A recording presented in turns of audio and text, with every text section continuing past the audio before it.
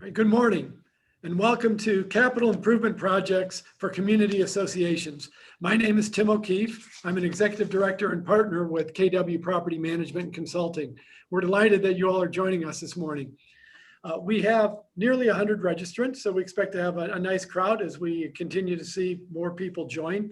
Our goal today is to educate you on projects and give you insight that you can share with your fellow board members. KW enjoys educating board members on many different topics. Today, we will be talking about capital improvements in your associations and how you get the biggest bang for your buck. We know that capital improvements are really important. They're costly. You have to think about, have you planned financially for this? Are you going to special assess what needs to be done? Is it an emergency that's causing it, or is it a planned improvement? As buildings continue to age, I always say, just like all of us, the older I get, the more work I got to put into me. The older a building gets, the more work we have to put into the building. So I can't see all of you today, but if I could, I'd ask you to raise your hand if you have one of the current projects going on in your association. Concrete restoration, new roofs, new windows, new balconies and railings, elevator refurbishment and replacement, lobby and hallway renovations, pool decks and garage replacements, new cooling towers or other equipment and generators, domestic water pumps, parking garages, roads, significant landscaping projects, and replacing pipes, ductworks, and upgrading electricity. Those are all just examples of projects that we tackle on a regular basis. So who decides in your community what needs to get done and when it needs to get done? So part of our goal today is to help you with maybe prioritizing some of the goals that you have as far as these projects. And we all know that nobody has an endless supply of money. Money does not grow on trees. So how do you best get the biggest bang for your buck? We do have some poll questions today. So as you join us, you'll see a green strip across the top that says improving property values. Look at the questions we have. Feel free to answer those questions. And maybe during the course of the event, Shelley, who is administrating this for us, may ask more questions. So feel free to join in and answer the questions, and we'll give our poll results as we move through the day. So let's get started. We have a knowledgeable panel of experts, and they'll give us much to think about today. So let me introduce our panel. First, I want to introduce you to Steve Mezer. Steve is a shareholder at Becker Law. Steve has done a number of these events with me in the past. He's awesome. Nobody's paying for his time today. Thank you, Steve. So ask all the questions that you may have, but hopefully we don't get a question on pets today, okay? We're going to focus on something other than pets. All right, Steve? Thanks, Tim. We also have Josh Mannix, who's the branch manager for the Tampa office of Cairns Engineering. Josh, thanks for joining us today. No problem, thanks. And then we have Domingo Quintero. Domingo is a residential consultant with Keller Williams Realty from the Tampa market. And Domingo's going to be able to share a really interesting perspective about when he brings prospective buyers into a condo and HOA, what are they looking for in a community? What are the things that bring biggest bang for the buck? So Domingo, we're looking forward to hearing from you, and thank you for joining us. Thank you, Tim. And then also we have Paul Hemmert. Paul's a vice president with KW Property Management Consulting. Paul is responsible for our Tampa, Orlando, Jacksonville markets. So Paul, thank you. I love your background, Paul. It looks kind of similar to mine. Thanks, Tim. Okay, so let's get started, ladies and gentlemen. I'm going to throw the first question out to Paul. And so Paul, management is often the first to know about a project because you're working with the board on a daily basis. So what's the best advice you can give a board when contemplating getting started in a project? Well, I think first and foremost, as you said, Tim, if it's in combination with the board as well as the management company, and ultimately defining which project you're going to do. And to me, it is best, if you have multiple projects that you're trying to tackle, you always want to look at the degree of difficulty and the impact that it would have on the community. So if you went through those factors and you decided exactly which project you want to do, for us specifically, next step would certainly be on the accounting side to make sure how you're going to fund the project. And then after you have decided how the project's going to be funded, selecting the right vendor, last and certainly maybe most important is selecting who is going to head up the project for you. In our case, if it's a smaller project, the large majority of property managers can handle that. But in most cases, as I'm sure all of you know, their day-to-day activities keep them so busy that it's hard for them to manage the project. In our particular case, what we would use is our engineering group that really ultimately would assist on a project, of course, depending on the size. So it's always about the agreement on the project, funding the project, and then ultimately who is going to lead the project. And so, Paul, we have a lot of questions that have come in from our audience today. So if you're listening, please continue to put your questions at the bottom of the screen. You'll see a Q&A icon. You can put your questions out there. I'll do my very best to get to all of them that I can. I do see a question come in this morning from Rick in Palm Beach. So Rick, thanks for listening in all the way from Palm Beach. He wants to understand the role of the association board versus that of the property management company in terms of actual project management function during a large capital improvement project. And then I'm going to jump over to you, Josh, and the question, a follow-up question then is, when's an engineer required? So Paul, can you answer the question for Rick about what's the role of the property management firm versus a board during a project? Well, obviously, the board is always going to create the oversight to the project and ensure it's going to move along. Some boards may want to do that themselves. Some boards may want to designate a committee in order to give the proper amount of oversight to a capital project. That ultimately would decide on the property. But going back to the property manager ultimately has to be the person where everything is communicated through, because without that communication, it is a big capital project is going to affect the day-to-day activities inside the community. Certain things are going to have to be done. Maybe the one elevator is going to be shut, or the pool has to be closed for a couple of days. So communicate for the property manager, ultimately, their most important part is making sure they communicate with everyone on the property exactly what's going to happen and when. So, and that's a good point. So what I would say, Rick, is what Paul's explaining, the role of the property management company is to be the quarterback. And the quarterback hands the ball off, throws the ball downfield. They're the ones that are coordinating with everyone that is involved in the project, from the engineer to the general contractor to the subcontractors, everybody that's coming on property. Their job is to organize, coordinate, make sure that the communication is good and it's rolling back up to the board. Newsletters get produced, keeping the association updated, because not everybody lives in town all the time. And those that are out of town like to know what's going on.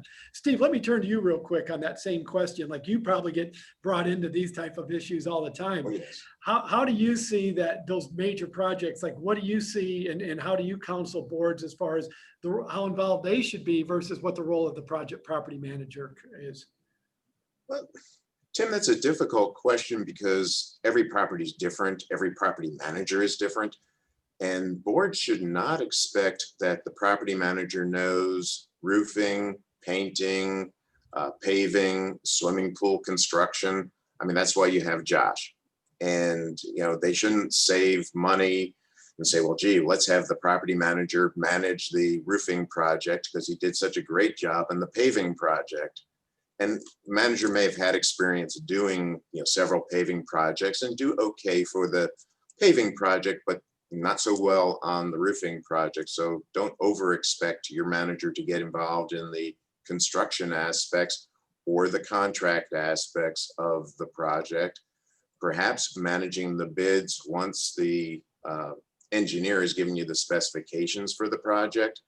Doing it right is usually an expense, but doing it wrong is even more expensive. So I'd rather you measure twice and cut once, one of those things in your projects. By way of Paul's opening comments talking about the priorities from the lawyer, we're always looking at things like life safety. So our priorities are not necessarily on the economics. Ours are more about the safety and the liability for the association. So that's usually our largest consideration. Steve, that's one of the best answers I've heard on one of these seminars. I think what you just gave the council is very good. I will share this with you. Within KW, and so understand always go through your attorney, make sure you get advice from your attorney, and then look at your property management company and understand the depth of resources that they have.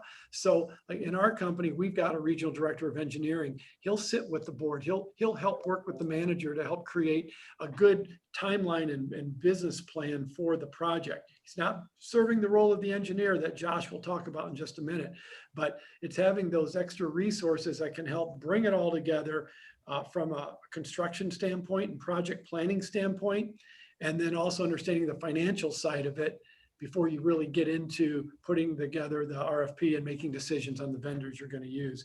So let me turn to you, Josh, to the same question, like what is the role of the engineer in these projects?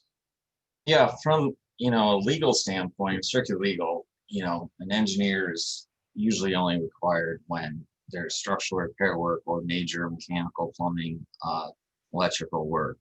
But, for associations like everyone's touched on, a lot of the people, the property manager or the board members association are not necessarily experts in, concrete repairs or windows. So the role of the engineer, or, when the engineer should be brought on, is kind of during the planning stage to guide the board and the association on the proper path to take. A lot of times we get involved in associations kind of after they've gotten a bunch of bids to do work, and they're looking at them and they're all over the place, or different scopes of work, different prices, and they're all confused. And, they kind of tackled getting pricing before they understood what they needed to do. And then the engineer or project consultant can help them kind of guide them through that process to make sure that they're, actually doing the work that they need to do. And, it's going to have the best outcome during construction. So Steve, along the same lines, Josh can answer this question as well, but Susan in Fort Myers asks, what methods and or tools do boards use to obtain RFP specifications on projects if they lack in-house expertise? So Steve, do they come to you, do boards come to you and say, look, I want to do a project, but I'm not sure where to start. How do I put an RFP together? Yeah, obviously at KW, you've got that in-house engineering consultant who's going to help you form that RFP. If you imagine a board full of, we'll just say attorneys, we're not real good about roofing specifications. We can do other things, but that's just not our area. And I've got to assume that most boards are the same way. We may be fortunate enough to have Josh on our board, and he can give us some, recommendations and some insight. But the specifications, the starting point, and I like Josh's answer, about board members coming to him with a fistful of proposals and trying to sort them out. Well, nobody gave them specifications to bid on. Nobody pre-qualified the bidders. So they got that one backwards. You don't go out and get the bids first. You need to figure out the scope of your project. What is the objective? What do we need to accomplish? And how are we going to do it? What are the specifications? So, KW is going to offer them the engineering background to start it. And then you're going to hire Josh or one of his peers to carry the project forward from that point, but do not start with just going out to get bids and proposals. That's the wrong way to go, because contractors are not going to do what they need to do in their bids. And Josh, do you have templates that you share with potential customers about what an RFP could look like for major projects? Yeah, I mean, most engineers in the industry kind of follow the same process where, whether it's a roofing project or exterior restoration project, we put together what we call a project manual, or project specifications, which includes all the requirements of the contractor, written scope of work, general conditions, technical specifications, insurance requirements, and this, of course, gets reviewed by the association and their attorney, and then this acts as the bidding document. So when we send it out to bid, all the contractors are bidding on the same defined scope of work. So when we do get bids back and we sit down with the board, we're comparing the same scope of work between the contractors. So you're paying, apples to apples, and, you can come up with competitive bids. This way, allows boards to make an educated decision on how to move forward. And I'm going to go back to one of the things that Steve said in his first answer, that you can't expect your manager to know everything. There's a lot of managers that are really good at the financial side. They might be really good on some of the legal things. Some of them might be good at certain projects, but managers over their career, they might replace 2 or 3 roofs in their career if they move around to different buildings. And if you live in a building for 25 years, you probably will replace your roof one time in the life of of being there. So, as a property management company, we probably handle 20 roofs a year. And so that's where the expertise and some of the knowledge can be started with. Use your management company, understand their depth of knowledge and what resources they have to feed to you to be able to sit with you and create a good project plan, and then work with the engineer to get that scope of work and have it reviewed by your attorney. Like, those are very important steps that everybody needs to follow to do it. You don't have to do it the right way, but that's probably the best practices way to do it, if we could say that. And then Josh, talk a little bit about the role of the engineer versus the role of I'll call it a project manager / owner's rep, and what the difference is between the two, and at what size project do you really recommend using a project manager versus just having an engineer kind of oversee the project? Yeah, we talked about this yesterday a little bit.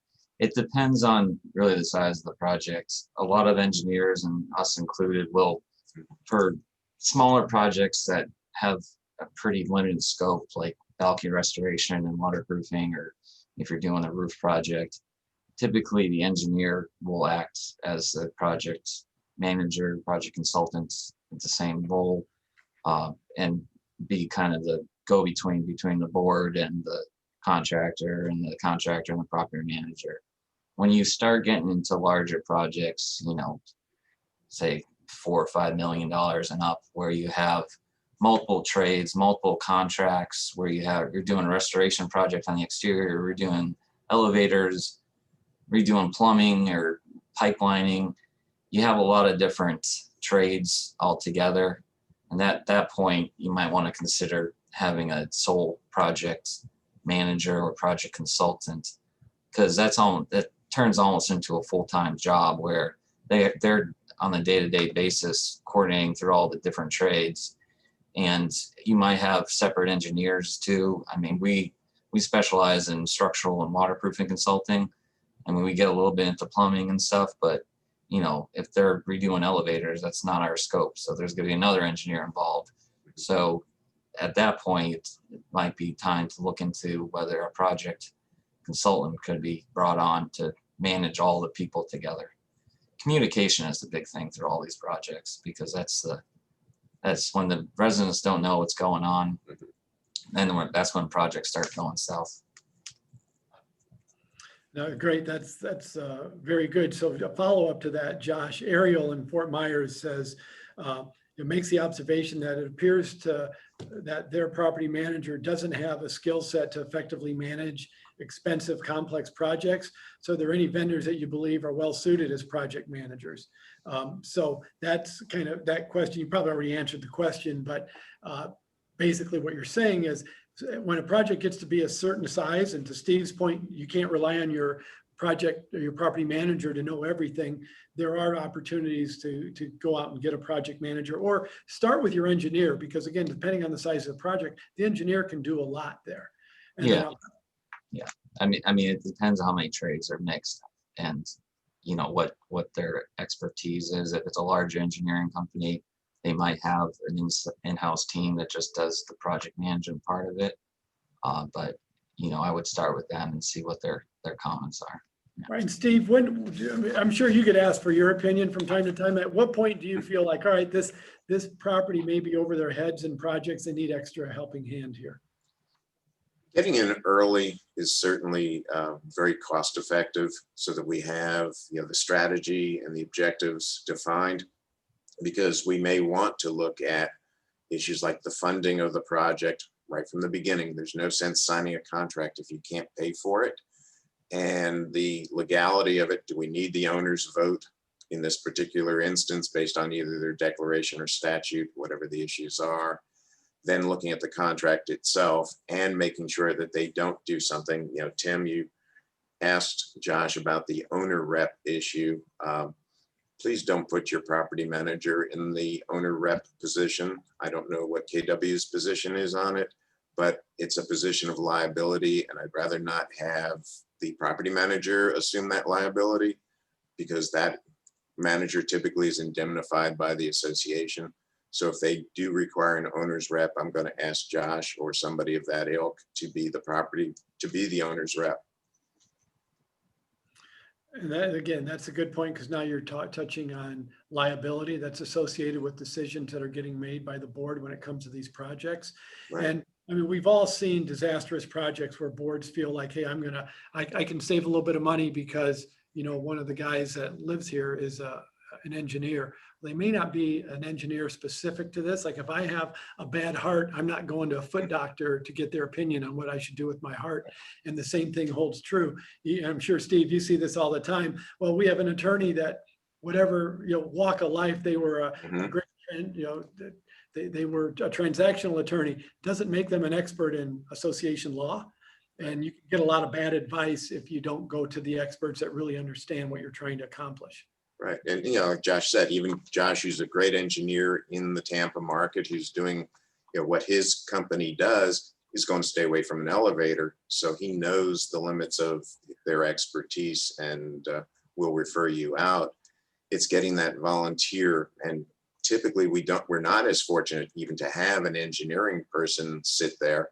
It's typically a non-engineer when they put a board member and the president says, well, I'm the owner's rep, and he or she signs. And we get ourselves in trouble because we've lost the leverage of having an independent professional make those judgment calls, because we now have the president sitting there as owner's rep, and that's a mistake. Terrific. So next question for you, Steve. When you start thinking and contemplating about a project, there's something known as a material alteration that boards need to be aware of. So they can't just run off and do something. If you've got a white building, you're going to turn it yellow. If you're doing, you're changing your carpet out and your carpet's blue and you want to make it brown. Like, talk about what a material alteration is and the right approach for a board to take to ensure that they don't go down a path, spend a lot of money, and then have to rip something out because they didn't comply with the statutes. Yeah, this is a pretty interesting area of the law. It's 718.113. It's subsection 2. If you're a condo statute nerd like I am, you know, it's 718.113 subsection 2 talks about material alterations and indicates that if in fact you have a material alteration, I'll tell you what that is in a second, you must have a vote of the members as it is defined in your declaration of condominium. And if it's not there, and there are many declarations that do not address the issue, it's a 75% vote of all members to do it. And it must happen before the project starts. You can't go good old days. And as you can tell, I've been practicing for a while. Good old days, we would do a project and say, well, yeah, they'd really like that yellow color for the building. Everybody will love it. And if they don't, we'll get ratification later. The approval will come later. Let's just do it. The building needs to be painted. It's kind of the dry season. Let's do it.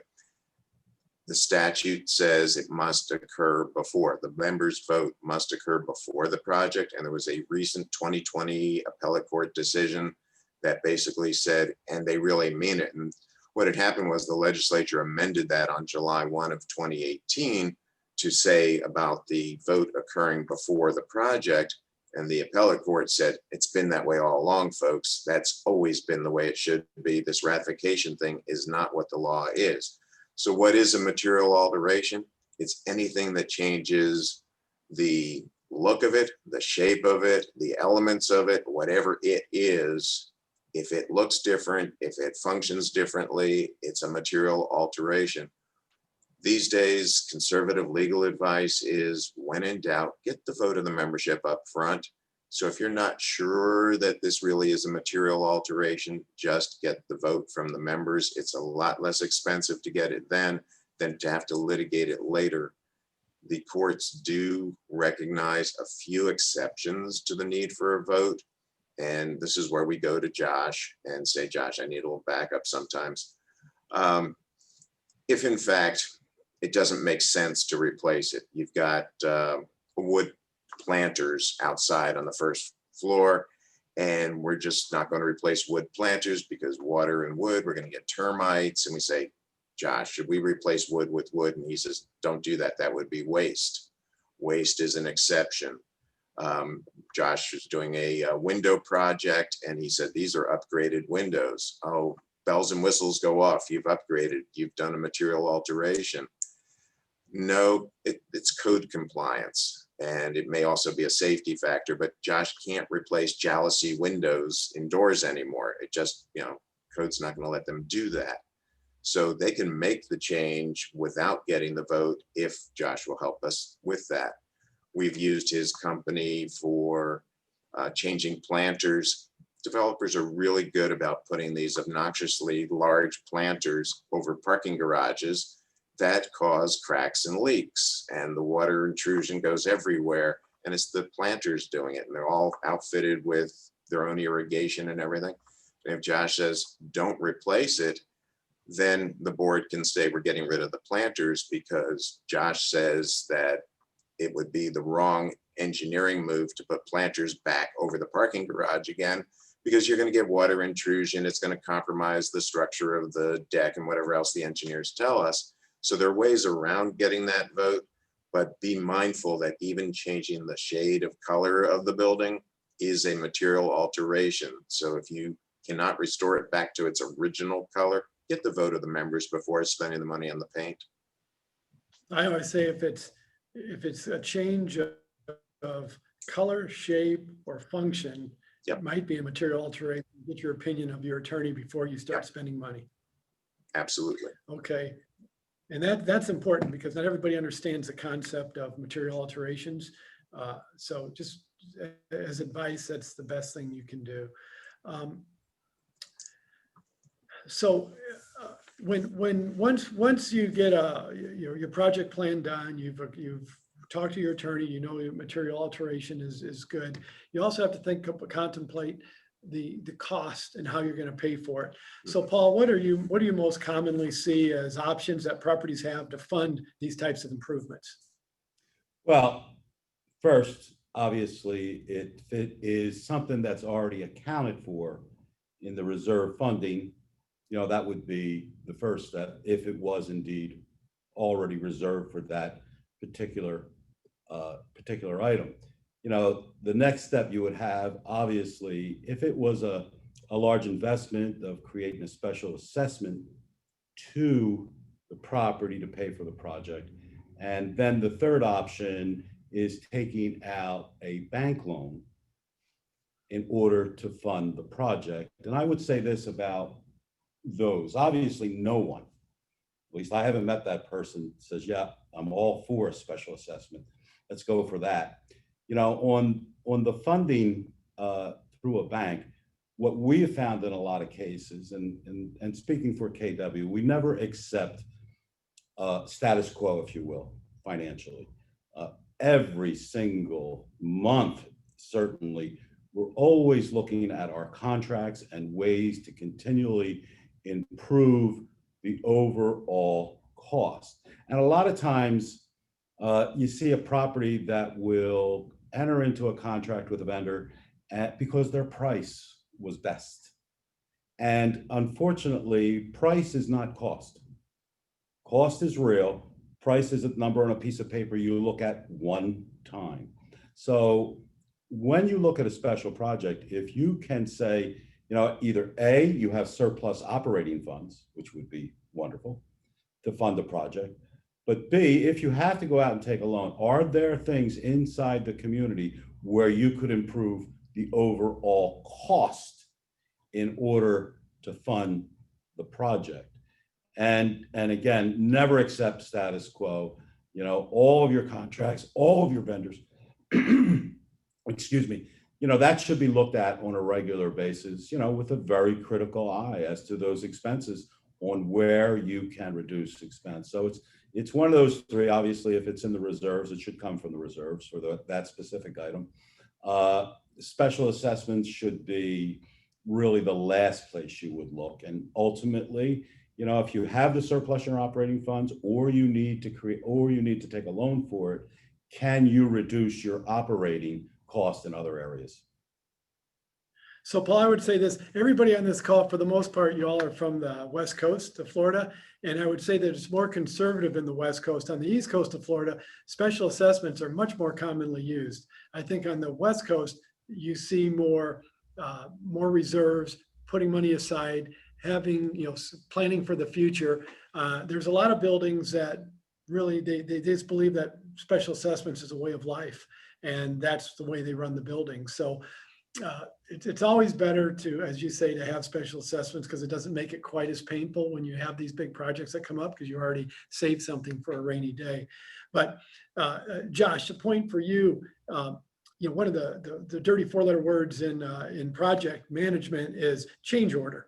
No, that's more than four letters, but I heard there, talk about the change order process that you typically see, and then how do you guard against that? Because there's, and that's part of the bidding process. There's some vendors that will bid, looks like they're a lot lower, because I know darn well they're going to have all these change orders and they're going to get the price they want at the end of the day, but they come in looking lower. So how do you guard against that, from your standpoint, trying to understand the real cost of a project? I mean, the best way to help guard against change orders is planning, is, spending the time up front, with your engineer and with the board and with the attorney, planning for the project, where you're spending time doing a condition survey at the balconies or roof or exterior, whatever project is, and putting together a scope of work that has, takes out as much of the unknowns as possible. Obviously, if you're working on existing buildings, there's going to be unknowns that come up during construction. It's just part of doing work on existing buildings. But you have the contracts in place. We use AIA contracts or EJCDC contracts, which allows for a review and approval process by the engineer and the board before change orders are approved. In the contracts, we typically make the contractor give us their hourly rates, and they're locked into those hourly rates. They also usually lock them into unit prices for typical repairs. So during the project, they just can't make up, prices for, additional work found. That helps control, them charging out enormously for some found item.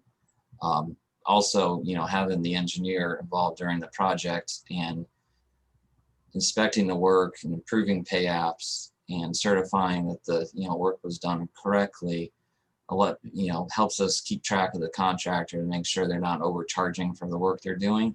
A lot of the work, especially exterior restoration projects, are based off of amount of concrete fixed, amount of crack repairs done, amount of stucco fixed, and they're all unit rates, so they're getting only paid for what they do. And most contractors are honest and they're not going to overcharge, but it's good to have that extra third party confirming that yes, they did 100 cubic feet of concrete this month and aren't charging for 200. So it helps control costs and change orders that may come up. So Steve, I'm sure you're dying to jump in on this conversation too. So, talk a little bit about the role that you can play in these contracts and how to avoid some of the change orders. And Josh, I thought you gave a very good answer in the role that the engineer plays to try to keep those things under control. That was a really good answer.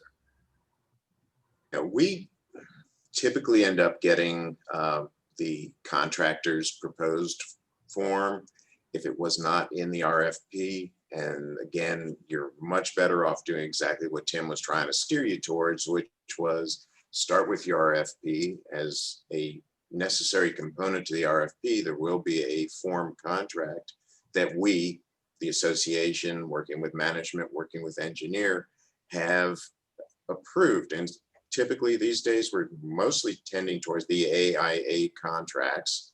Those are inherently neutral, a little bit biased in favor of an architect, but that's okay. It's got things in it. Josh was talking about the unit, the unit pricing, deadlines, things like that. And you're not getting some of the really obnoxious terms that we see in the contractor's contract. Just saw one from an elevator renovation company that gave you venue in Indianapolis, Indiana. Now, I like Indianapolis, but it's not a place to go litigate the elevator issue from Tampa. So the venue terms, things like that. That's where you really do need the attorney to look at the legalities. You need the engineer to do the specifications, and you need the management to do the practicals, the impact upon the owners. Where are they going to have the dumpsters, and where are they going to park their crews, and what time are they coming and going, and all those things that matter to the lifestyle in the condominium while the project is going on. So the attorney can coordinate all of those things and make sure that the contract has the most favorable terms for the association. Steve, thanks for not taking apart Indiana, because that's where I grew up. So go Hoosiers, for being kind to the Hoosiers today. So when you have these projects come up and then you got to fund them, Steve, what are the most likely options that you see, in the clients that you deal with as far as the funding? Paul talked about, Yeah. you have reserves, you can special assess, you could maybe have surplus money from previous years. Like how can you take a surplus? Like how can you use a surplus? Is that something that should be taxed at the end of the year, or how do you roll that forward so that still not taxed, but you can use it to the benefit of the association? Yeah, absolutely. Yeah, and Paul did a great job, outlining your options, and you should look at all of those options. If you have that surplus, this may be the reason that you want to use the surplus, as opposed to saying, well, yeah, we've got $1 million of surplus, but we're going to go ahead and special assess the owners so that we still have our $1 million of surplus sitting in a bank earning less than 1% interest. It doesn't begin to make sense to me or to most owners. So you have to consider, what you do have and why you have it. You may not want to get rid of all of your surplus because there are too many unknowns out there, but we have to look at everything. Paul was mentioning the bank loans, and that's a tricky area because a lot of bylaws have some very unique, specific to that property type provisions. Some require a vote of the membership before you can borrow money. And boards haven't thought about that because it's buried in the bylaws in one small line on one old crusty page, but it's still valid. And when the lender finally gets to closing and they say, well, where's the membership vote? They find themselves without the funds probably for another 30 days, which could impact, delay charges and so forth, dealing with the contractor because they need their initial payment or the next progress payment to be made, and you don't have the lender giving you the money yet. So we do want to look at the legalities of the borrowing money, whether we can pledge collateral, whether we can actually borrow money up to a certain amount without a membership vote. That is not by statute. It's going to be typically found in your bylaws, sometimes in another document, but we're going to go to the bylaws first. Special assessments, that's probably a political thing, and Domingo's been sitting there pretty quiet. Does he want to walk a buyer into a community that has a special assessment? The alternative would probably be to borrow the money. I don't think too many people want to raise their annual budget and have those higher assessments than the neighbors. But Domingo, are people looking at assessment levels, reserves, and retained earnings when they're buying condos?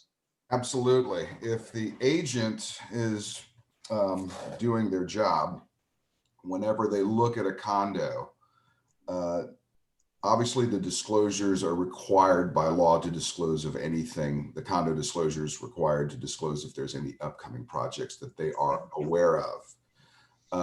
There's a great deal of owners, especially ones that own condos that are on the beach, that are there 2 weeks a year and rent it out the rest of the time, usually have no idea of what goes on in the day-to-day or month-to-month activities that an association does.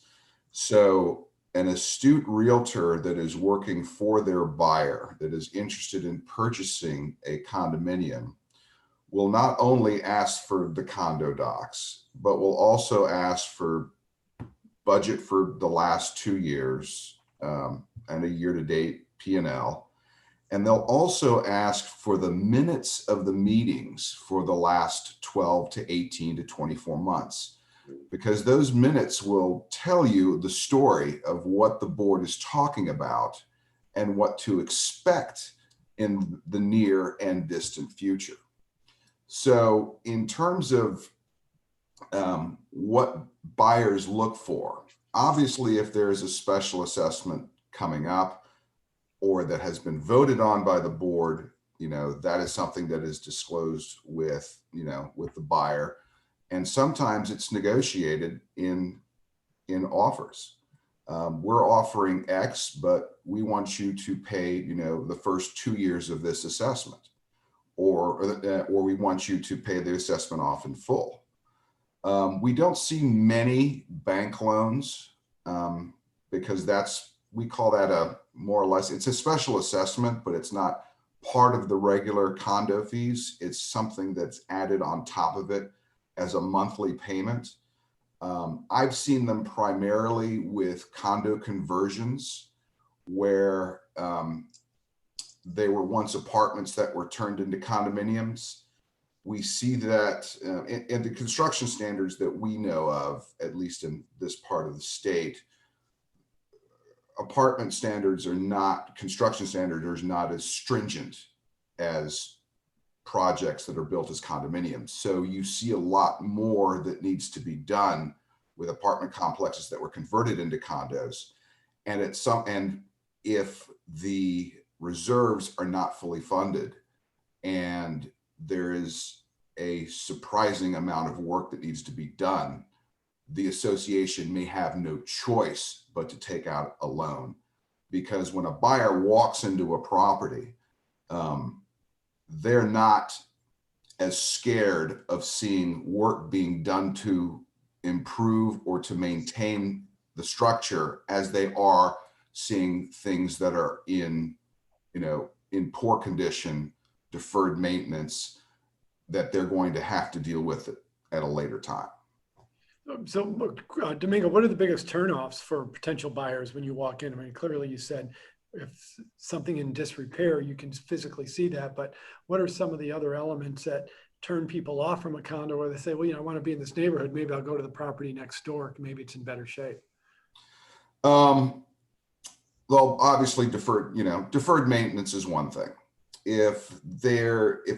And we're looking at two different things. I mean, primarily what we've been talking about is deferred maintenance to the building, which is the most important thing. I mean, are there a ton of stucco cracks? Is there evidence of disrepair versus more cosmetic things like, is the landscaping up to date? Or is the lobby furniture, looking nice and presentable? So buyers primarily care more about the functionality to make sure that everything is done correctly versus the cosmetic ones. They care more about, the items that keep the building watertight and functioning correctly. I'm not sure if I answered your question completely. No, that's good. So Steve, I want to come back to you on some of these projects. Because Stephen in Bonita Springs and Sharon in Pinellas Park both asked similar questions, which basically the question is, do capital improvement projects require member votes or can the board approve them? And then when is a project considered a capital improvement project? We'll start with the second part of that first. Capital improvement in lay people terms, which is what I deal in, because it's really it can be an accounting concept, but just deal with the idea of putting something there that wasn't there before. So that if we're adding something, even if it's say an electronic door opener, the doors, hey, everybody used to walk through them. We're going to do an electronic door opener, may be something that is just desirable. We're keeping up with the neighbors to be a 2020 building as opposed to when the building was constructed 30 years ago. They didn't have whatever it was. Anything that changes what was there, we're adding something, it's going to be a capital improvement in very general, broad terms. There's some exceptions to that, but anything that you're adding will be that. As far as the capital improvements that are not needing a vote of the membership, again, we'll go to my things required by code things that are required for safety issues. A lot of us have gone through fire sprinklers and fire suppression systems and things like that. If the statute requires it, the members can't vote against it. Some of the properties may be ADA governed, where we have a polling place, events that are open to the public, civic organizations. We rent out our clubhouse for weddings. So if the public is coming, we may be subject to ADA. And if we're going to do that and we decide we have to widen the doorways, change the restrooms, all of those are probably capital improvements, but they are also required by law. So I'm not going to get the vote of the membership to comply with the statute because they can't vote no. And another one that we're going to go to the engineer for would probably be things that are to protect the property, say from erosion or some natural forces, saying, you know, you're going to lose your pond bank for your retention pond unless you put in this particular barrier. Then the membership can't vote no on it. There's no vote required to do that capital improvement. That barrier was not there before, but we need it because the engineer told us we need it. We get the letter from the engineer and we do not need a membership vote because we have to do the project. So interestingly, we've got a poll, our poll is up, and we're asking what kind of projects people have coming up, and 40% of our participants today are planning a common area improvement project in the next year. I don't know if that specifically means concrete restoration, but because that's not a particular category to choose from, but common area could include concrete restoration. Second is hallways and pool renovations. So this is a timely conversation for the audience because they certainly have projects that are in the horizon for them. So Steve, another question about, kind of funding that Franklin asks is what can an association do with any excess funds from a project funded with a special assessment other than return the funds to the owners? Can we add them to reserves? Yeah, you have two. Well, actually, I'll give you three choices. One is to return it to the owners. I really don't recommend that for lots of reasons, not the least of which is it's expensive to write a bunch of checks and it's just an unnecessary expense. Two, yes, you can bring them into the reserves. You can put them into your operating budget and defer future assessments with it.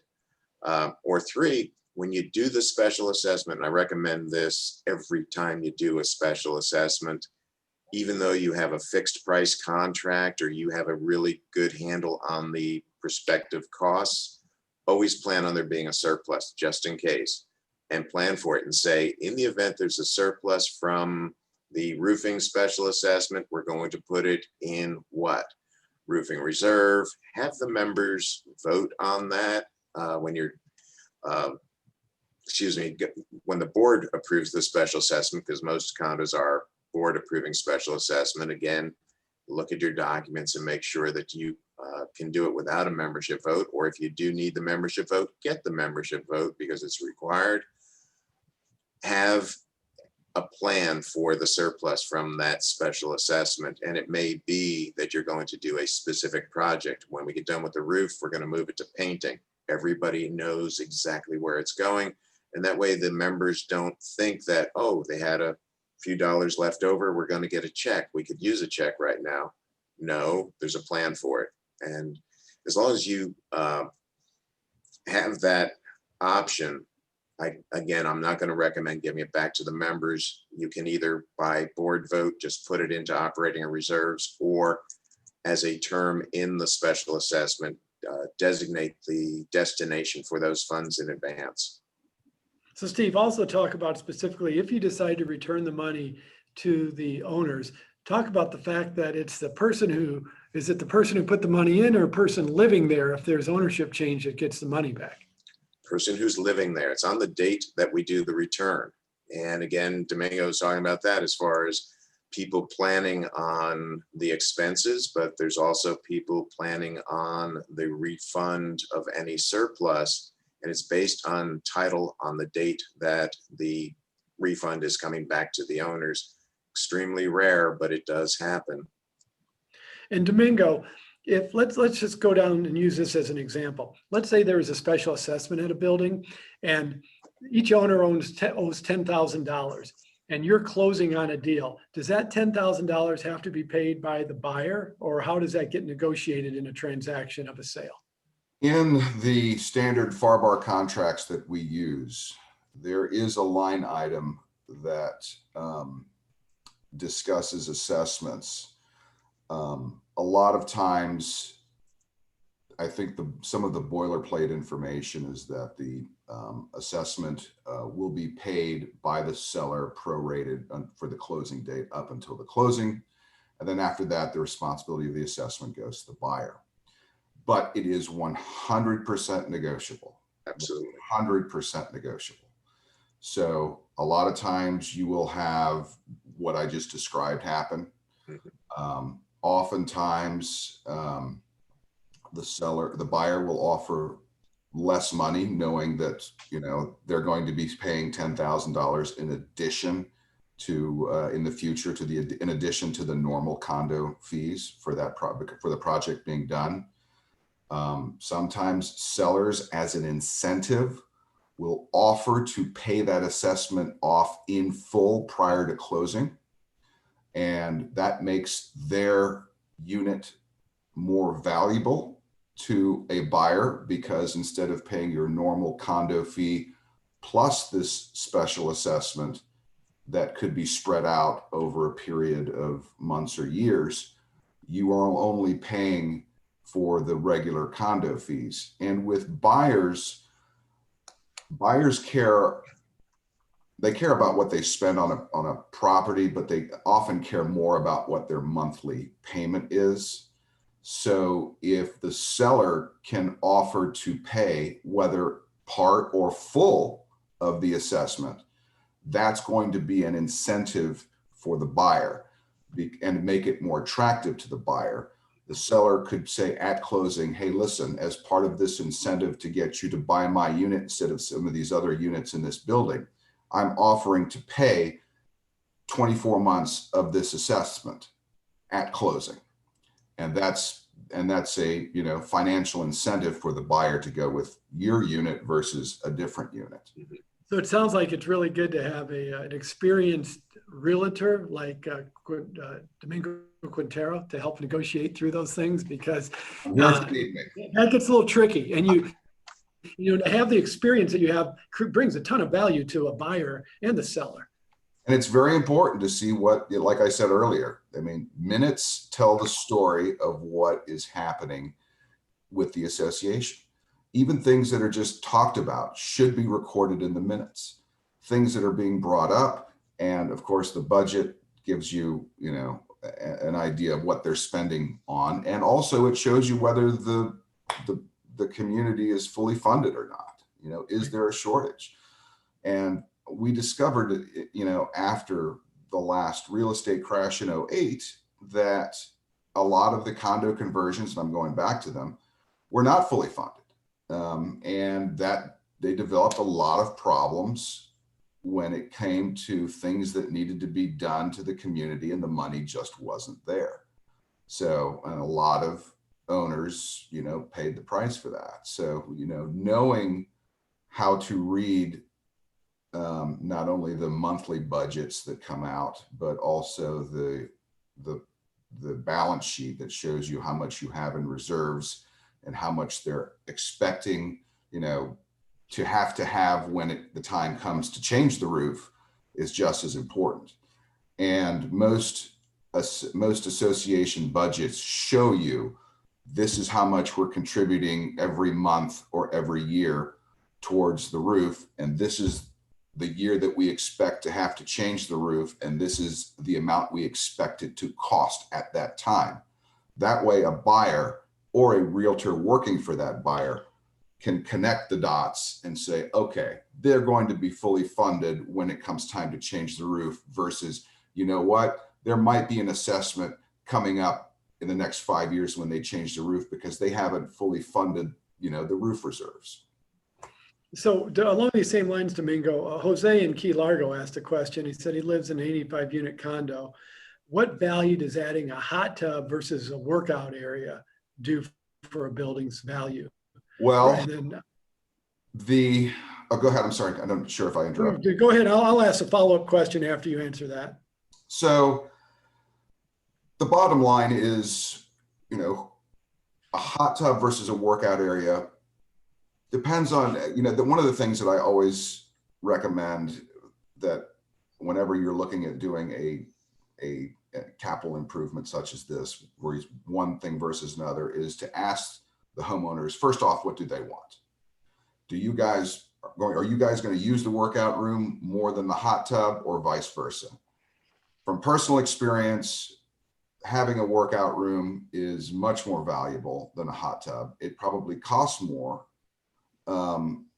If you don't already have one, you have to find a space to put it. So I'm assuming that they're asking about updating an existing workout room versus adding a hot tub, in which case I would always recommend updating the workout room rather than the hot tub. The workout room probably can hold more people than a hot tub, but the hot tub's probably more fun. Very true. Depending on what time of year you are too in Florida. So. Yeah. And then the follow-up question to Jose's question was, how about adding lights to tennis court? I think part of that's probably got to be permitting and restrictions. Wow. Yeah, I mean, area adding lighting to anything with, and you know, Josh might have a little bit more input. You know, the amount of electrical power that you need to generate to put lighting, like for tennis courts or baseball fields or anything like that, is tremendous. So not only should you look at the capital of expenditure of adding the lighting, but also what it's going to add to your monthly bill by turning it on when the association has to pay the power bill. And so, Josh, good point by Domingo. What kind of extra power is required if you start thinking about, you know, adding certain functions that aren't there? Maybe you don't have a hot tub, you got to put one in. You want to add lights to something. What's that actually do from an engineering standpoint? Yeah, it depends on what it is. I mean, lights on a tennis court, you don't use that much power. I just saw the question follow up. Their LED lights don't use that much power. Getting the power to where the lights need to be, you might have to rip up the tennis court to get them there. So it's not just a question of, you know, the cost of lights. It's, you know, you're redoing your tennis court at the same time. One thing that's gotten brought up recently, which we've been asked questions and we don't do electrical stuff, but is adding power stations for electric cars, for Teslas and everything. And it's all older communities, and I've talked to, you know, property managers and the MEP guy we work with, and it's near impossible to put them in for these older buildings. They just don't have the power requirements for the fast chargers. So I know the MEP guy we talked to, he said usually you have to redo your whole system to put those stuff in. So while it's, you know, a great idea and everyone, you know, probably is going to be switching over here in the next 20 years, it's going to be a very expensive thing for condos to upgrade their power to transformers. You got to work with the city, and it's going to be very expensive. Well, that's part of it, but the other side of it, and Steve can address this, when you start talking about power, you can't just add power to, let's say you have 2 floors of parking. You can't add power to the back corner and the front side. I mean, you've got to have a power source.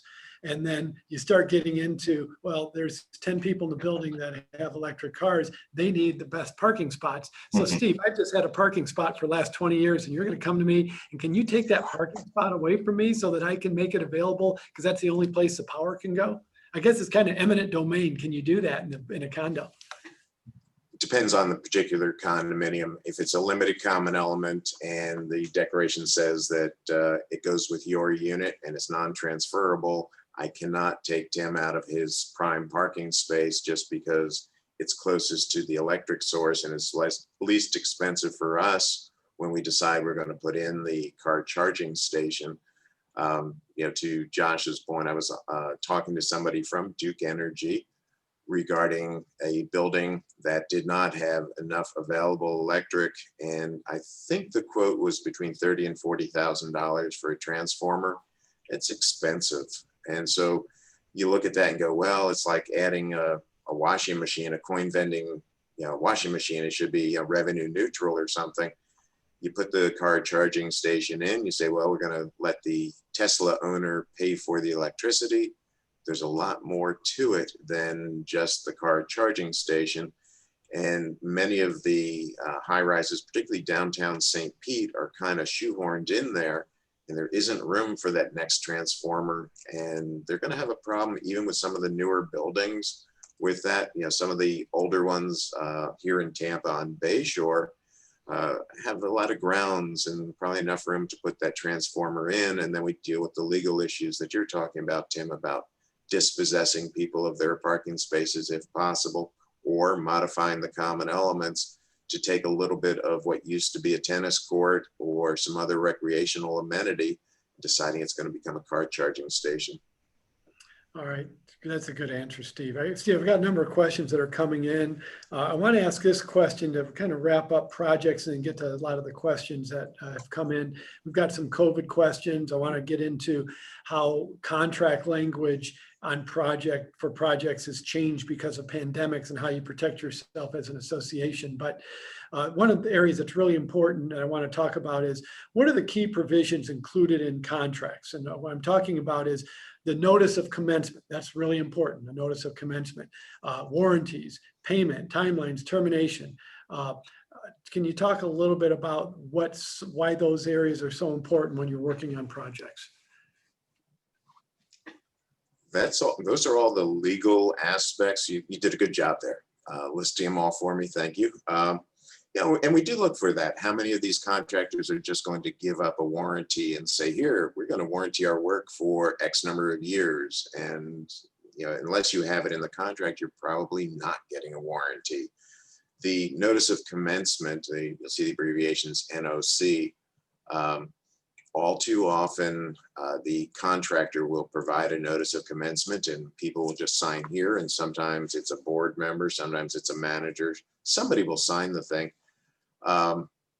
Don't sign the contractor's notice of commencement. It's usually wrong and it will lead to problems. Notice of commencement is the notice published in the public records. So they look at, you know, ABC condominiums doing a roofing project.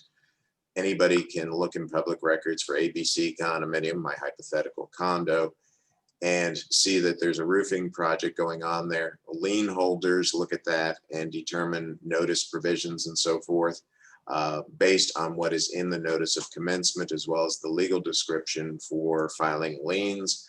It's a really important document, yet a lot of contractors will just slide one in front of you and say, sign here. You're not authorized to do that. It says typically that the association is the owner of the property. The association owns nothing. In most condominiums, the common elements are owned by the unit owners. So you get those issues. As to the contract provisions, and I'll jump into the COVID issue because you mentioned it. These days, we are perhaps most concerned about whether the association has COVID restrictions. You know, will they allow the vendors access to the common areas, things like that. Also, the vendor contractor's ability to staff the job. Can they get enough qualified labor to get the job done in a timely manner?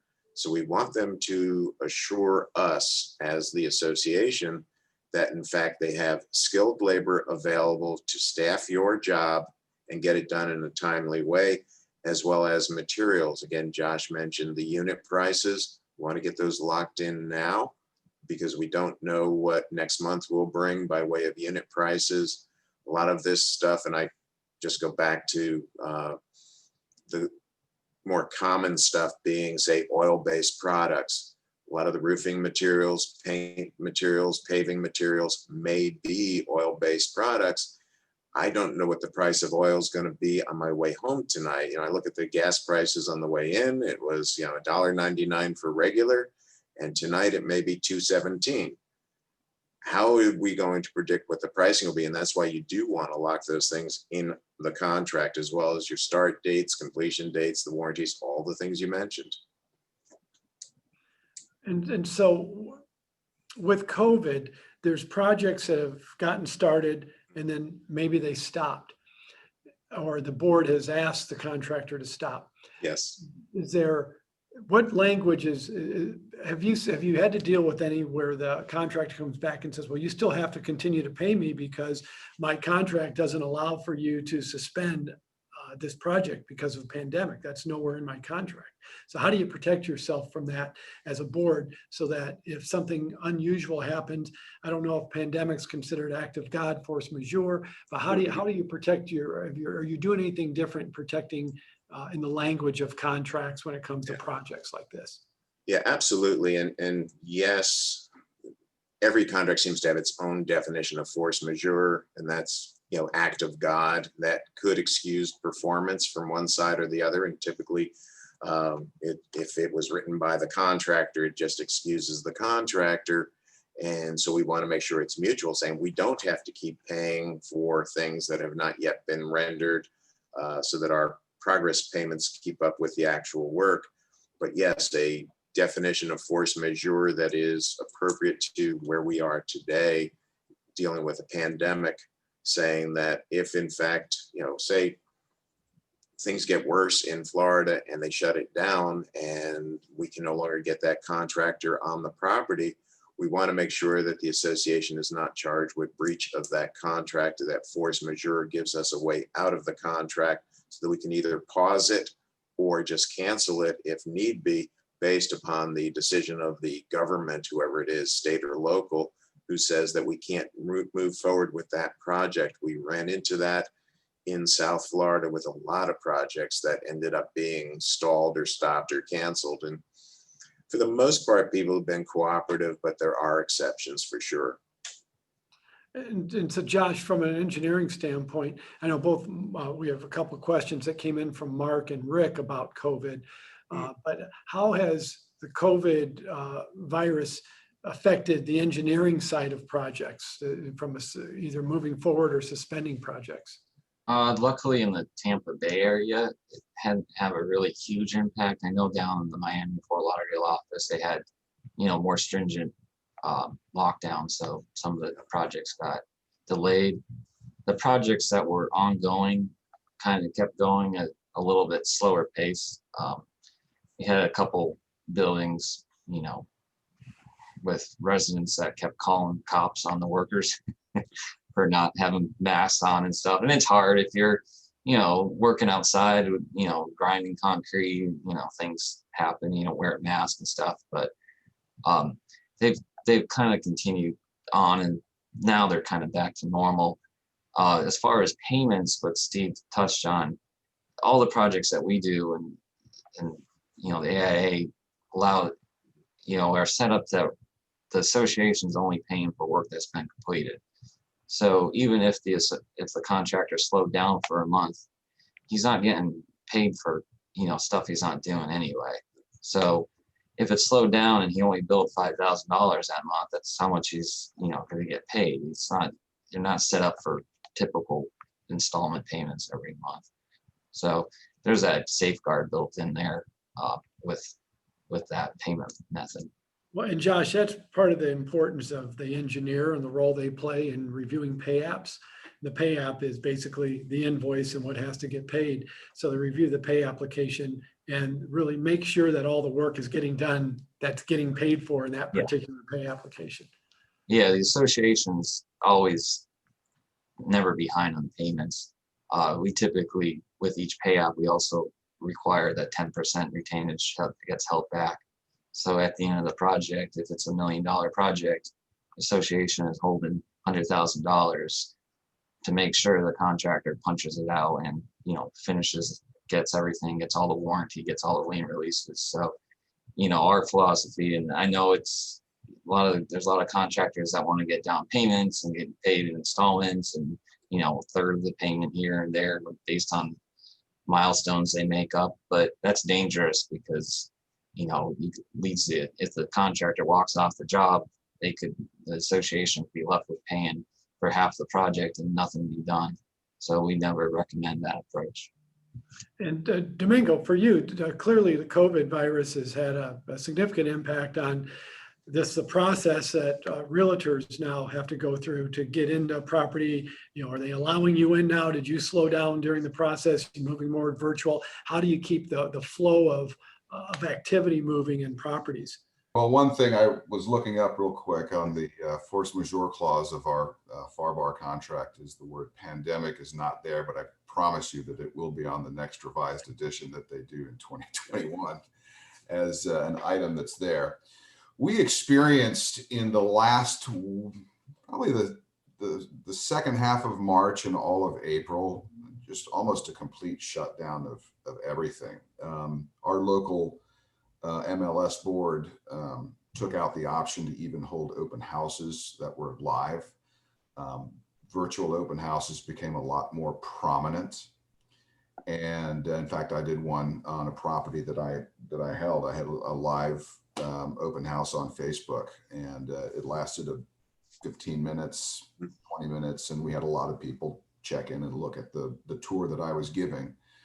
And the tools that we used had changed a lot. However, I think that in around the second week of May, when we were allowed to do this again, a lot of sellers who needed to sell their homes wanted to get people in there because, virtual tours and 3D tours are excellent tools for people to get a feel for a home, but at the same time, it is just no substitute for, for the real thing.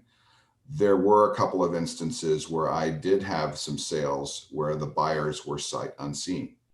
They purchased it without walking through it. Their agent walked through it, my listing, with Skype or FaceTime to be able to see, as much as possible. And I had some really, really good, 3D tours and, walkthrough tours that I hired professionals to do. But for the most part, I would say that, most people who are motivated to sell their houses will require. Almost everyone wears a mask regardless, unless the house is empty and the owners have moved out already, they're going to be asked to wear a mask.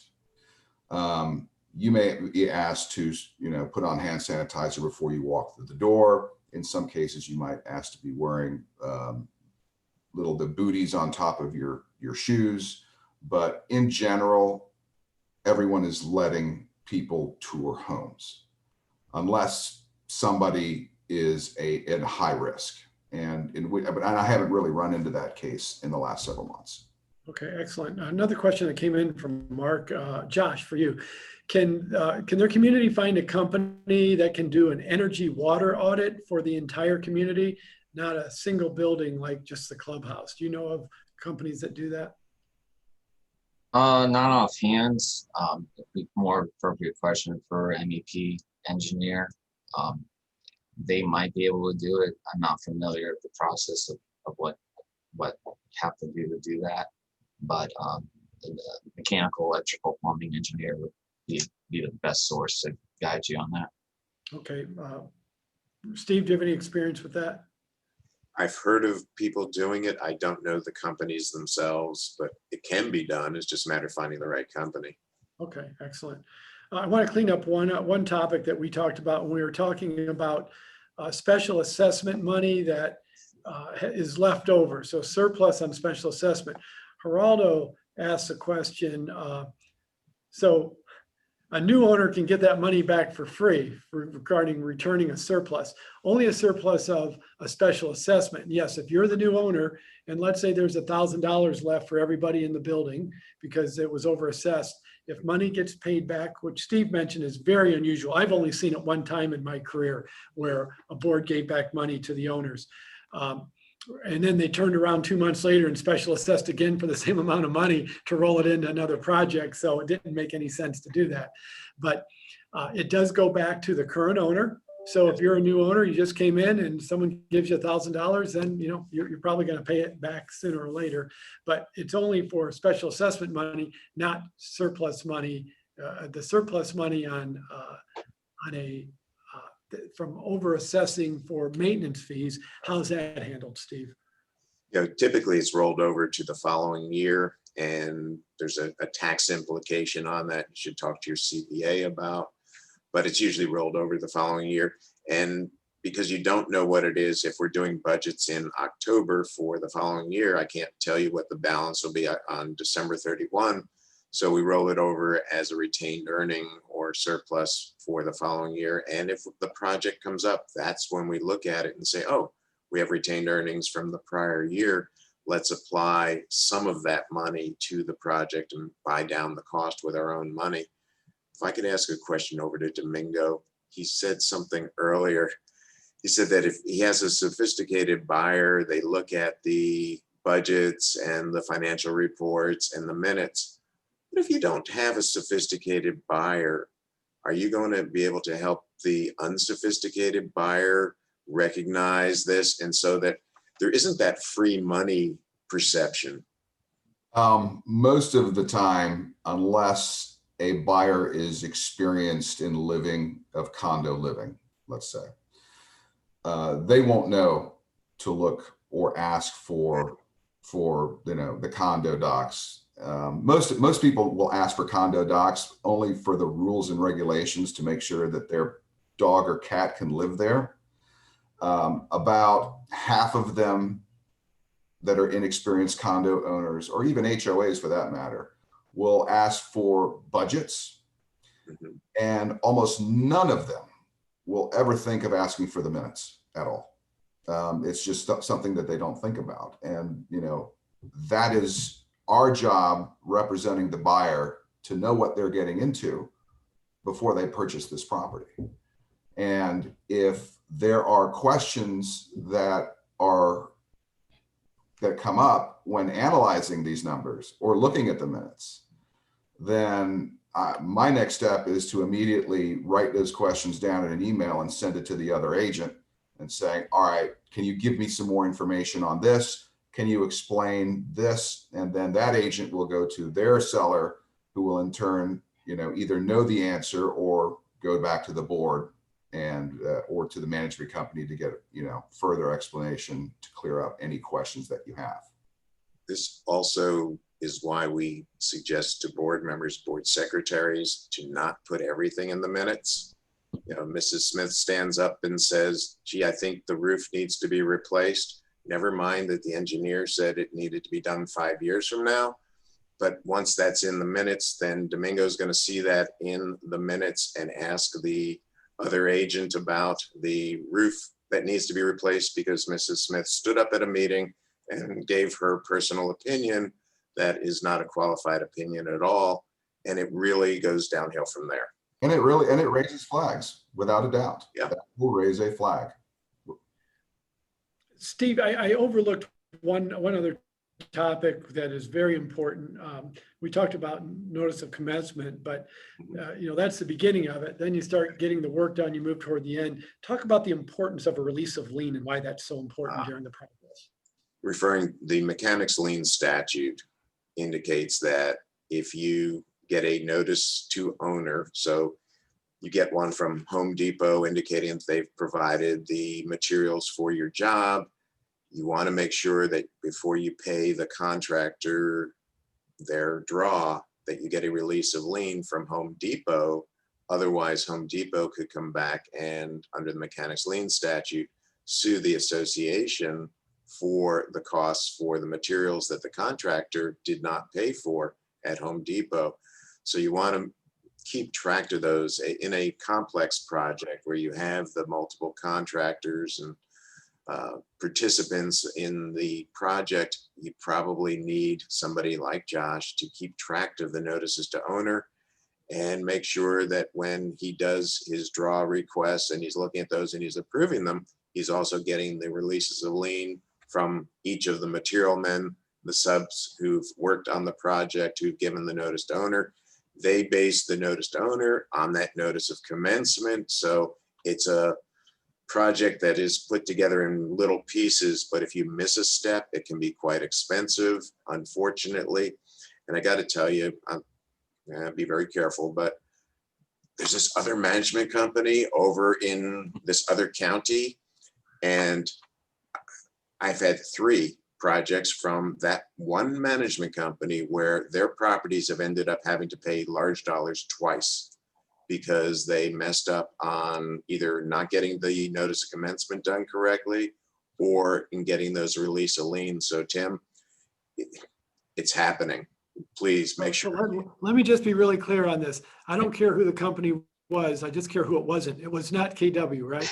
Absolutely. That's why I was saying it's another company. Okay. I in just want to be another clear. county. I just want to be clear on that. Well, you know, Steve, and the reason I asked Yeah. the question, the point, I got personal experience with this. Only one time have I really seen this happen where we were working with a client and we came in halfway into a $6 million project. They were self-managed for 40 years and they finally decided they were just in over their head. So they hired KW to jump in and clean up the mess operationally and the financial mess as far as keeping track of all the dollars being spent. And their subcontractor was struggling financially, wasn't paying any of the subs. And they had 12 different liens that were put on the building when we arrived because they were paying the sub for all the work. They didn't get a release of lien, and all of these subcontractors came back and liened the building, a couple $100,000 worth of liens. So even though as a board and an association, you paid the general contractor, if the contractor didn't give you a release of lien, you're still responsible because you are the association benefited from the work. So you could actually pay twice if that vendor goes out of business. You can sue the vendor, but you probably get nothing from them because they went out of business due to financial stress. So you could end up paying twice. That becomes insurmountable for everybody to try to, you know, get these projects completed financially. And if the notice of commencement doesn't really accurately describe the property, they end up with liens on the individual units. And then if you want to go sell, now there's some leverage from the buyer comes in and says, well, Mrs. Smith, there's a lien on your property, so we're going to have to pay that out of closing. It just gets so ugly and so expensive. Yeah, and I'm sure Domingo has experience with dealing with liens on properties and the hoops you have to jump through to get a sale closed if you've got a lien out there. Well, I don't encounter it very much. Usually it comes up in the title search almost immediately. But we do require, you know, the lien satisfactions that you guys were talking about earlier. And most of the time, a lot of these occur after you go to contract. If you're buying a condo and the inspection reveals that the air conditioning is shot and needs to be replaced and the seller agrees to do it before closing, then you got to get that satisfaction to the title company prior to closing, after the work has been done. So usually, a lot of times you'll have sellers and their agents contacting these contractors who do work and insist on getting these lien affidavits immediately so that they can close on the property. Right. And so the best way to avoid that is plan properly up front and require the release of liens. And if you do that, you can avoid a lot of these headaches in the back end of these projects. So we only have about 5 minutes. I want to wrap up with a couple of things. Paul, I know you've been sitting quietly for a while. I've got a question for you that came in from Sandra, and she's asking for recommendations on how to get owner buy-in for a lobby renovation. She said they need 75% approval to make those changes. How do you, move forward with a campaign to try to get things done inside a community? Because oftentimes they come to the manager or management company to try to help with that. Sure. Well, first and foremost, when it comes to a lobby, you know, and I don't think a lot of people appreciate the fact that people make decisions much more so with their eye than they do their ear. Meaning is, if I tell you, hey, we want to improve the lobby, that's one thing. But if I tell you, if I show you a picture, because, and one thing that I highly recommend is to get an interior designer, you know, to give you something that somebody can actually visualize. Because ultimately, like I said, your eye makes a decision much faster, much cleaner than your ear does, because there's no visuals. So if you have the visual, you know, and obviously 75%, that's a tough one. That's a big number to get 75% of a community to agree to that type of alteration. So one, I would have an interior decorator do it, create the picture. Two, you're going to have multiple touch points. It's going to be much, it's not just a matter of saying, hey, the lobby doesn't look good, we want to make it look better. I would, number one, take the rendering from an interior decorator. I'd put it on your website. Number two, I'd have the pictures everywhere. People could see it. Number three, whether you're dealing with the board or a committee that's going to redo the lobby, obviously they want to show those pictures. And when I say that, once the visual is established, secondly, you want to make contact with people.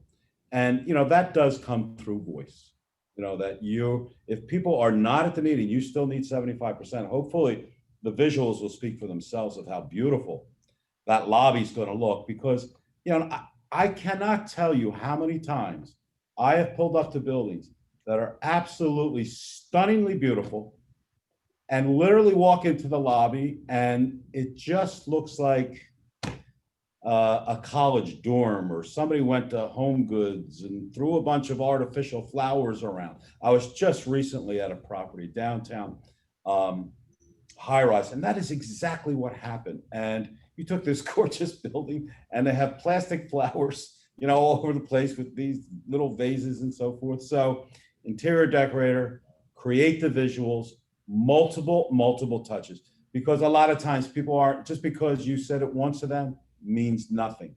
They have to see it. And remember, on top of creating the visuals, people make decisions mostly off emotions.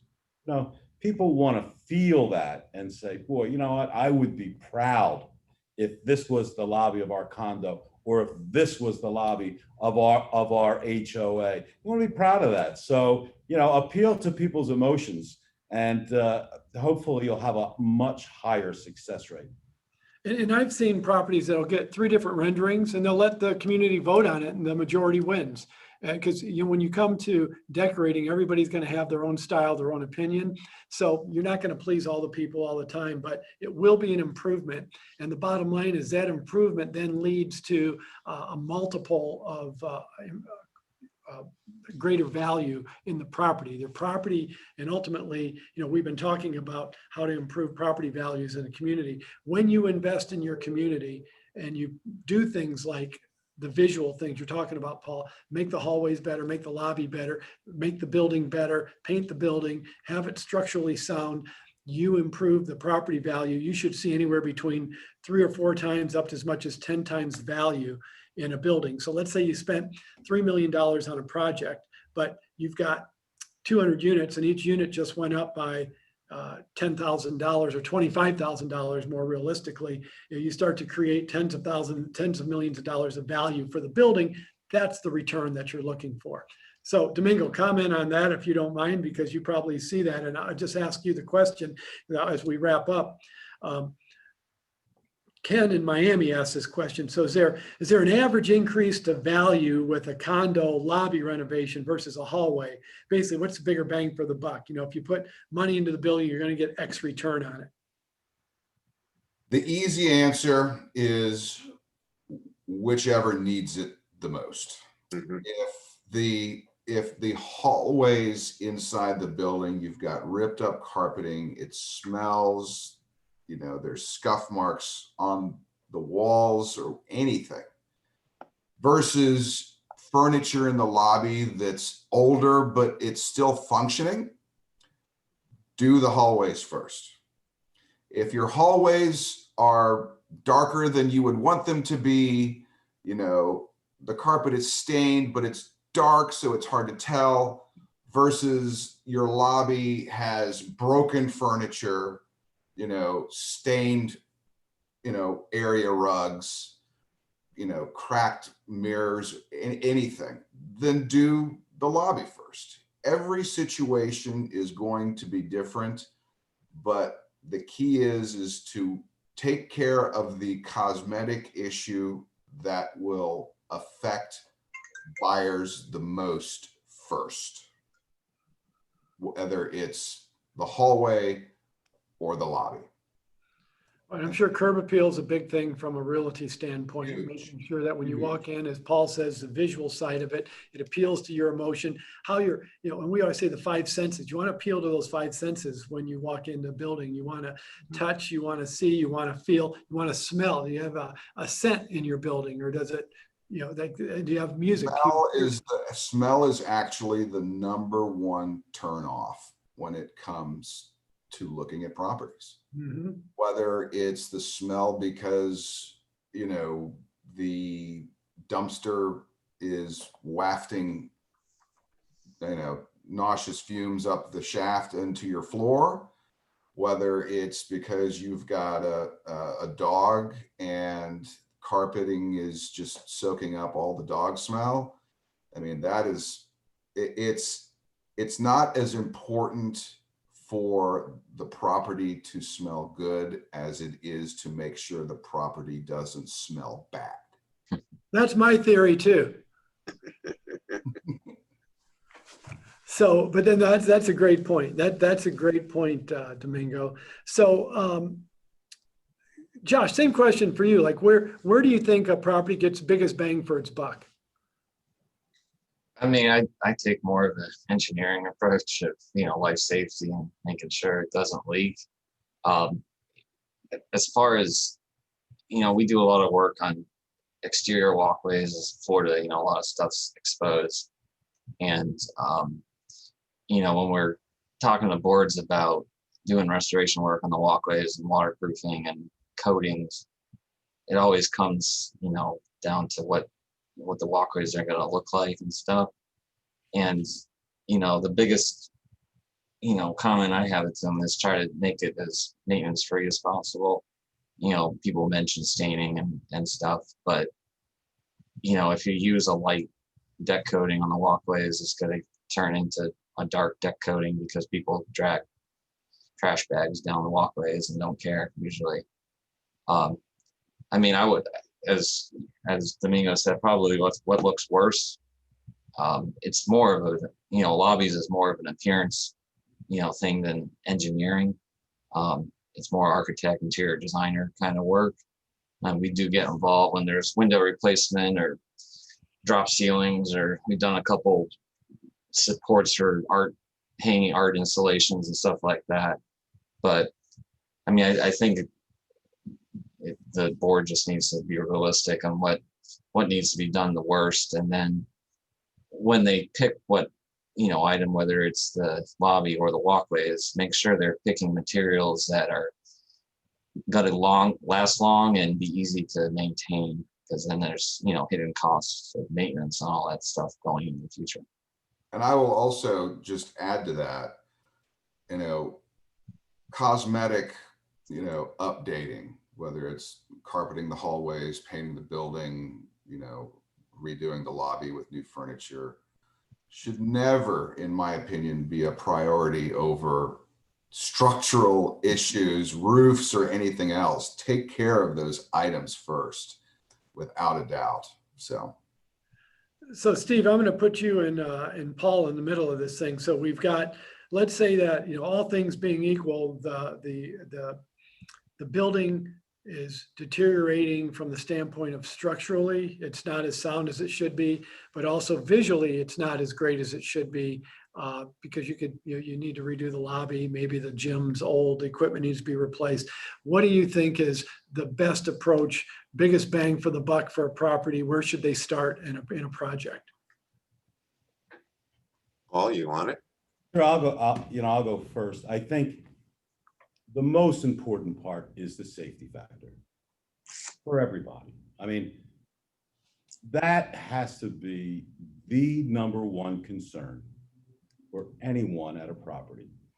I don't care whether it's cords where that you're going to trip over, or poor lighting, or you have vehicle accidents, so on and so forth.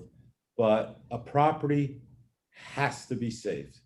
It's going to minimize the liability that the property has. So number one is certainly safety. Number two, to me, is cleanliness. A property has to be clean and well maintained. And that would be really the last one, is well maintained. Things should be functioning property in order to eliminate liability. Whether, you know, I've been to properties, you go and you grab the doorknob and your hand gets cut, or tripping over things. Always, you know, when I go to a property, the first and foremost thing that I look at, is it safe? Is it clean? And is it well maintained?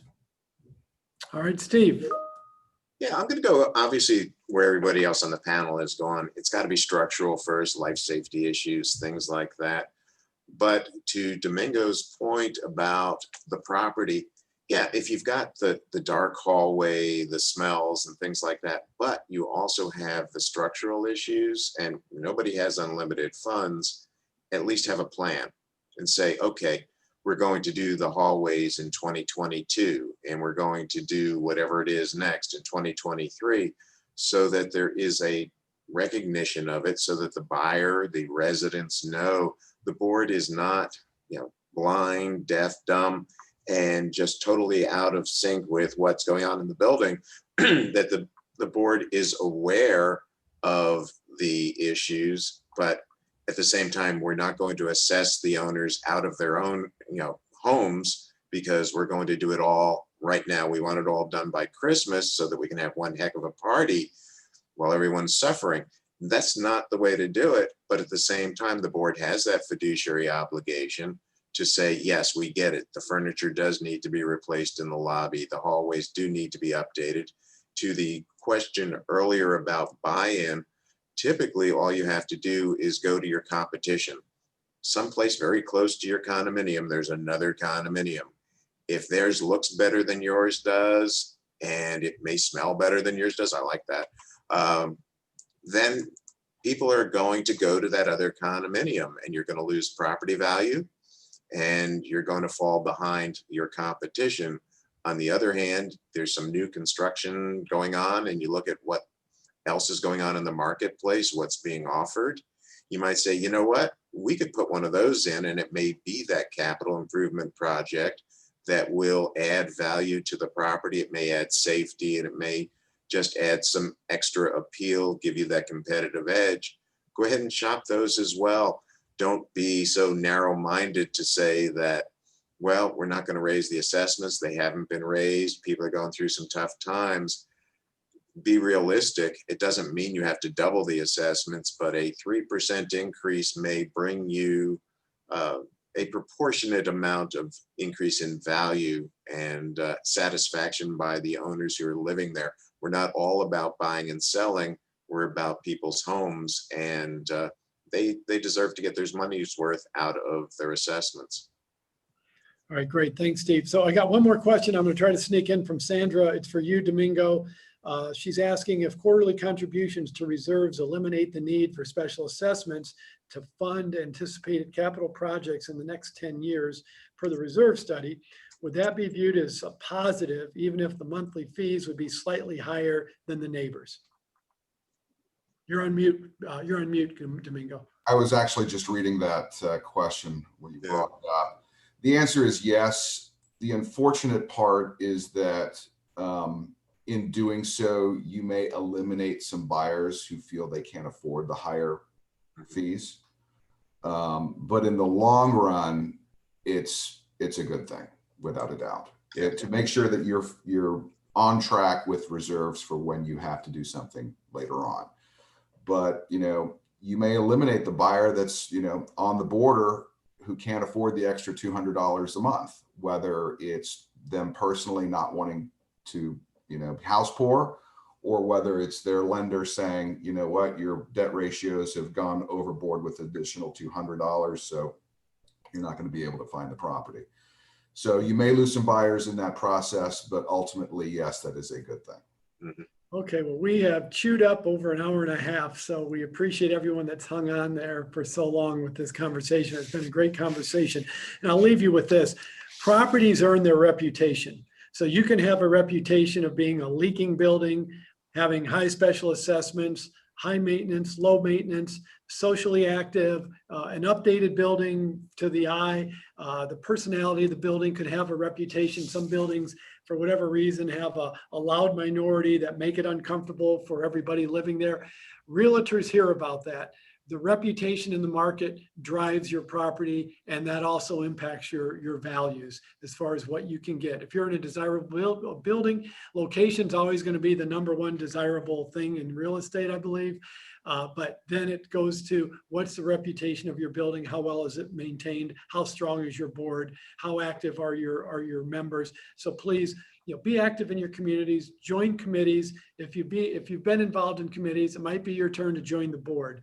But all these things make a difference, and it all ties back into the capital projects that you run and how you manage those. So for all of us at KW Property Management, I want to thank you for joining us today. I want to especially thank our fantastic panelists, including Steve Mezer, a shareholder at Becker Law, Josh Mannix with Karen's Engineering, and Domingo Quintero with Keller Williams. And I do have just a quick story in that, Domingo. Since we're KW, Keller Williams also goes by KW. We've had to be clear from a legal standpoint that we Sure. property management consulting, not KW, the Keller Williams. So Right. there's confusion sometimes where there's no connection to the two companies, ladies and gentlemen, other than we're both good companies in our individual markets that we serve. And then also very special thanks to Paul Hemmert, our Vice President with KW Property Management, for his insight.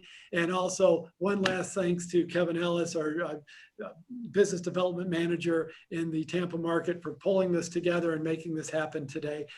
This is recorded. If for those of you that didn't get a chance to share this, if you want to share this with board members, you certainly can. You can find it on the KWPM YouTube channel that we have now, and also will be posted on our website. So for all of us at KW, thank you so much. Enjoy the rest of your week. Have a great weekend. Thank you, panelists. You were fantastic.